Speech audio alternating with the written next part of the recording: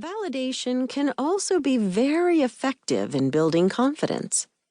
Grunfeld suggests asking someone who cares about your development as well as the quality of your performance to tell you what she thinks.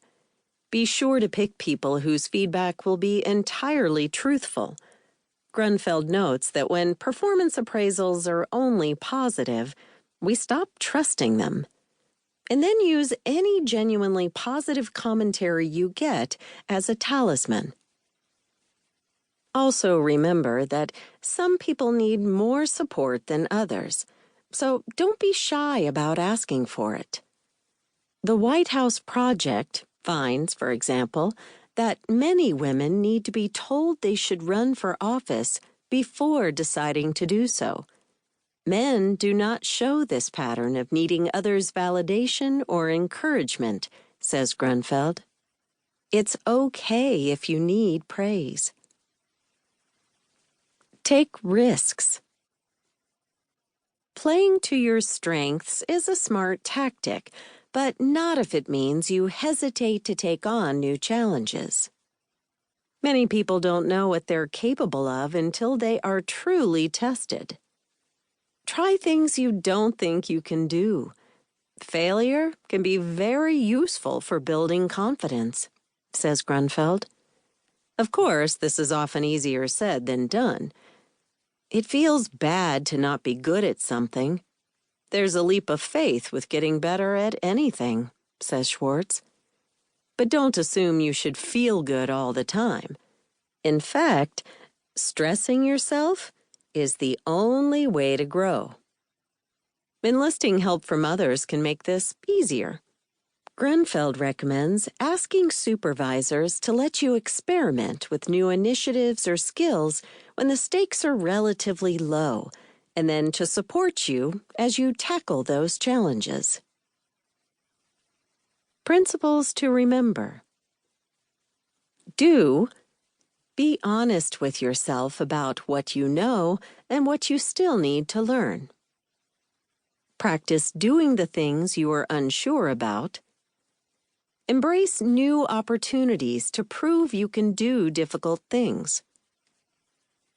Don't focus excessively on whether or not you have the ability.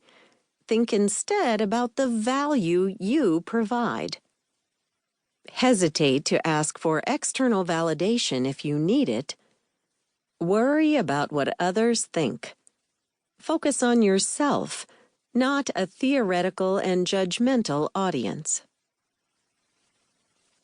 Case study number 1.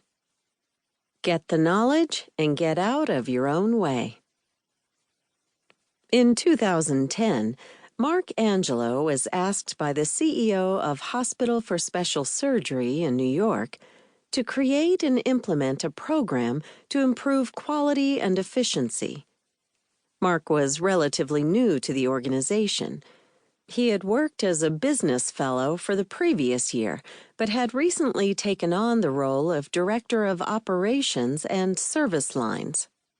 Even though he had background in the operations strategy from his days as a management consultant, he was not familiar with the Lean Six Sigma principles he'd need to use for this project, and didn't feel equipped to build the program from scratch.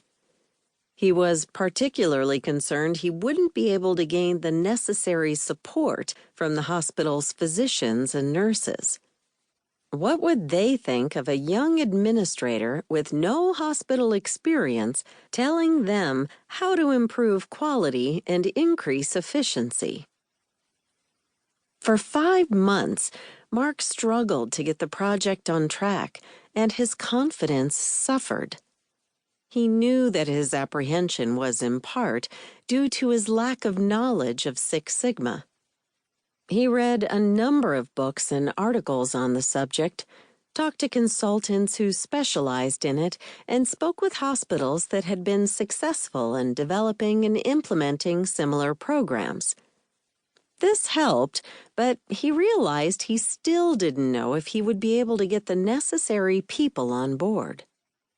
I was anxious and stressed because I had no idea how I was going to transform the organization.